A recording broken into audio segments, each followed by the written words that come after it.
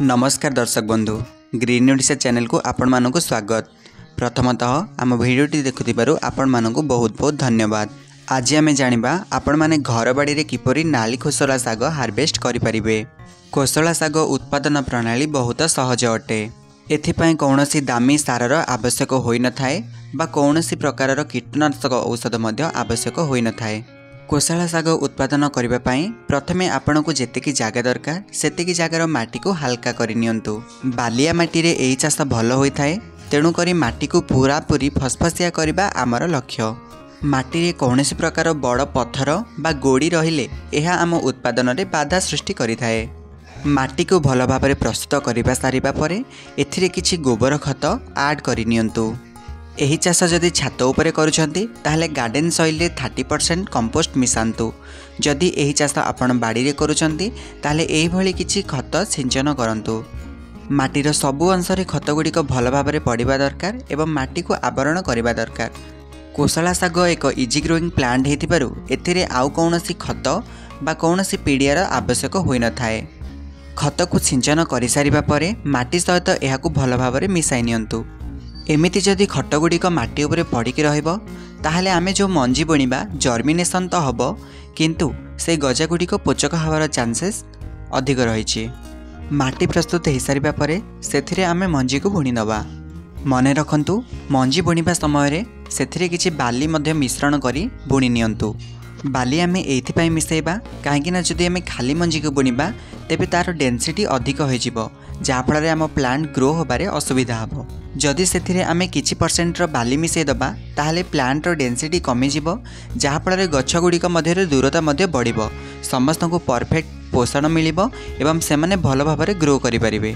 मंजी गुड़ी को एमिति जदि आमे बुणिबा तेबे मंजी गुड़िक ऊपर पड़ी रहिले सेमानकु जंदा पिंपुड़ी खाई पारंती एवं जर्मिनेशन रेट मध्य कमी जिवो। तेणु आउ किछि उपाय मध्य आमको अवलंबन करबाकू हबो। मंजी को बुणिबा परे माटी गुड़ी को आमे एपटे सेपटे करी लौटाई देबा। हातरे किंबा कोड़ी रे मध्य आपण एही काम को करि परिबे, किंतु हातरे करिबारे रिजल्ट भलो आसी थाए। मने रखिबे मंजी गुड़िक बेसी भितर को जीवा किसी दरकार नहीं। 2 ରୁ 3 इंच मध्य रहिले मंजी गुड़िकर जर्मिनेशन रेट बहुत भलो आसी थाए। सबु गुड़िक मंजी को आमे एमती बुणी सारिबा परे एवं ऊपर तळ करि सारिबा परे माटी को पुणी थरे समान करिदेबा, जो परि भाबे खाल ढेप रहिबो नाही। जदि खाल ढेप रहे ताहले पानी दबा समय रे पानी गुड़िक गोटे जगार जमा हेबो एवं मंजी गुड़िक मध्य बही करी गोटे जगह को ही चली जाई पारे। तेणु माटी को पूरा समतुल करने द्वारा यार असुविधा हुए नाही। यह हेउछि आमर 4 दिन परर भिडियो। आपण माने देखि पारुथिबे केमिति सब मंजी गुड़िक जर्मिनेशन हो सारी। मंजी गुड़िक बहुत भल भाव जर्मिनेशन होइछि। आमको मात्र आउ किछि दिन अपेक्षा करबाकू पड़िबो। रेगुलारली पानी दियंतु। जदि आपणक जमी बतर अछि ताहले पानी दबा किछि दरकार नाही। यह हेउछि मंजी बुणिबार पाखापाखि 10 दिन परर भिडियो। देखिपारुथिबे गछ गुड़िकर किपरि 4 ରୁ 6 पत्र लेखाएं आसीगलानी एवं सबू गछ गुड़िक केमती नाली कलर देखा जाउछि।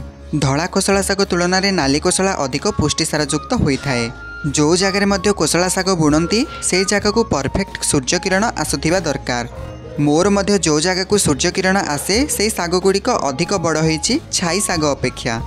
यह हेउछि मोर 17 दिन परर भिडियो। देखिपारुथिबे साग गुड़िक बहुत भल भाव ग्रो होइछि। एबे तो मुआको खाइबा पाई मध्य उपयुक्त। एही अवस्था रे आपण साग को हार्वेस्ट करि परिबे किंबा आको आपण माने 25 दिन पर्यंत एमिति खाई परिबे। व्यवसाय पाई करा जाउथिबा चाष रे बहुत चाषी यूरिया पीढ़िया सिंचन करिथांती, जहा फଳରେ साग गुड़िक बड़ हो जाए शीघ्र, किंतु अधिक टेस्ट लागे नाही। किंतु बाड़ी रे एमिति चाष करिबा द्वारा कौनसी मध्य रासायनिक खत बा सार एथिरे लागि न थाए। गछ टिके धीरे ग्रोथ हेले मध्य एहार स्वाद बहुत भल होइथाए। एही साग बहुत दिन पर्यंत बुढ़ा हुए नाही एवं बुढ़ा हेले मध्य याको आपण खड़ा रूप में खाई परिबे। जदि साग गछ को ठीक भाव में सूर्य किरण पड़ुथिबो ताहले एथिरे पोक लागिबार चांसेस मध्य कमी जाई थाए। देखि पारुथिबे ये मोर 20 दिन परर भिडियो। एथिरे साग गछ गुड़िक केते बड़ बड़ हो जाइछि एवं हार्वेस्ट करिवार यह होछि परफेक्ट टाइम। तो आपण माने भी चाहिले एही उपाय रे निज घर बाड़ी रे किंबा छात उपरे साग चाष करि परिबे। भिडियोटी भल लागिले भिडियो को लाइक करी चैनल को सब्सक्राइब करंतु। आ भिडियोटी केमती लागिला निश्चित भाव में कमेंट बॉक्स रे कमेंट करी कहंतु। जय जगन्नाथ।